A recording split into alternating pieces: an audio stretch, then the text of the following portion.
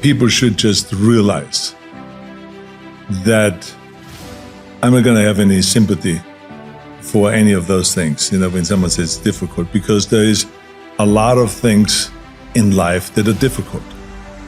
And you have to ask yourself the question right off the top, are you going to be one of those guys that are going to go and back off every time something is difficult? Or do you want to be one of those guys that says, look, it doesn't matter if it's easy or difficult or most difficult, I'm going to go and crush through it.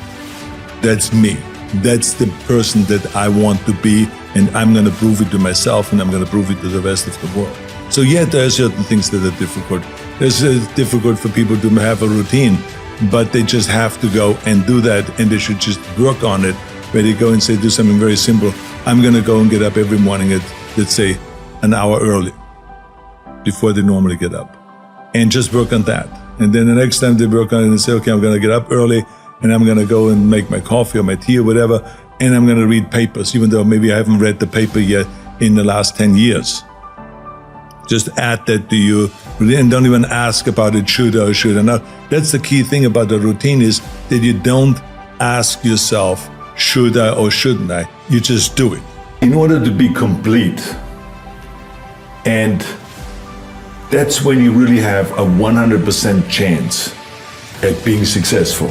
When you have a complete situation, that means that you have developed your body, meaning your health, your strength, your energy, and all of that makes you much more positive, right? Because that's when you wake up, when you feel strong, and you feel fit, and you ride the bicycle in the morning, the whole world looks much more bright.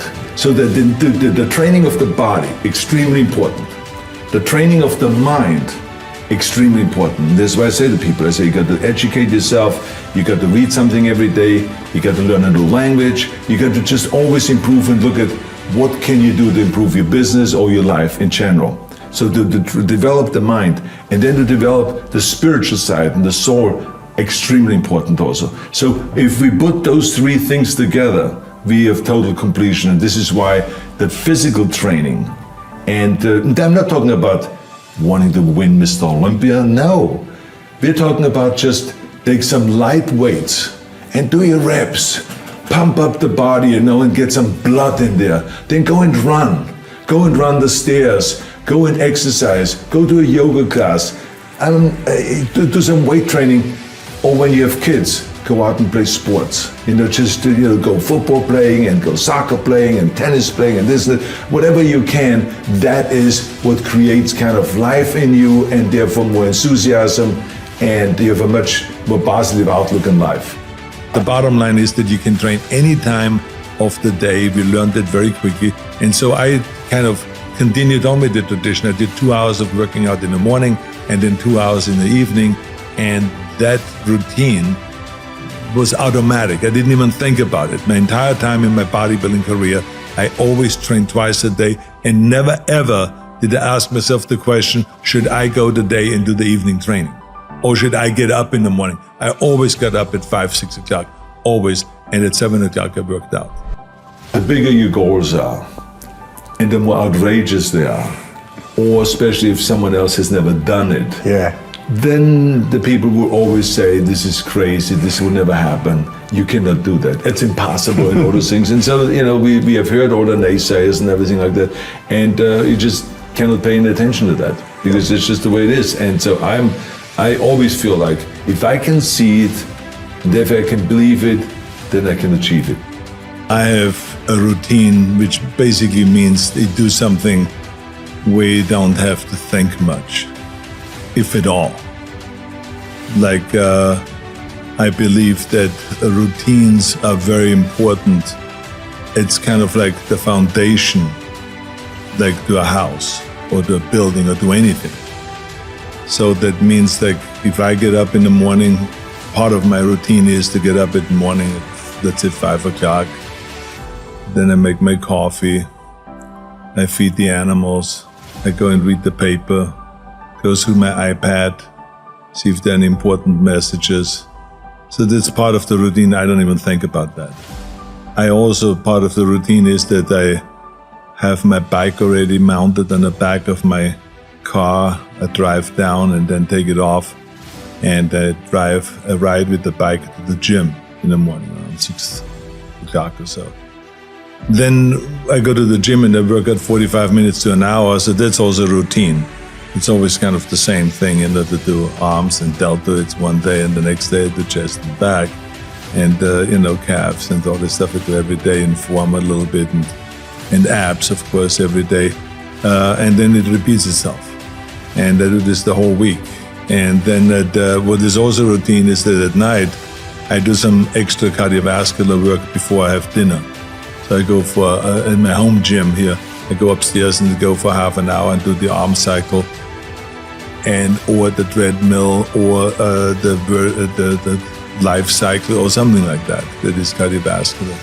And the idea is to burn enough calories so that when I eat dinner then, which is very minimal, that it is, I don't have to really worry about calories or gaining weight, because the older you get, the faster you gain weight and the more the body picks up because your metabolism is slow. So you have to be very careful with that. So those are kind of routine things that I do. And you try to add as many of those routine things as possible, because you do them without ever thinking about it. And that's what we need to do. There are certain things that we need to do that is supposed to be a routine, that's supposed to be kind of part of your daily schedule without you having to think about it. And so that's basically my kind of routine, and I'm a big believer in that. I think the biggest mistake is that you go to the gym and you go through the motion, but you don't really have your mind inside the muscle. So when you do a bicep curl, I can't just stand there like this. Yeah, you can.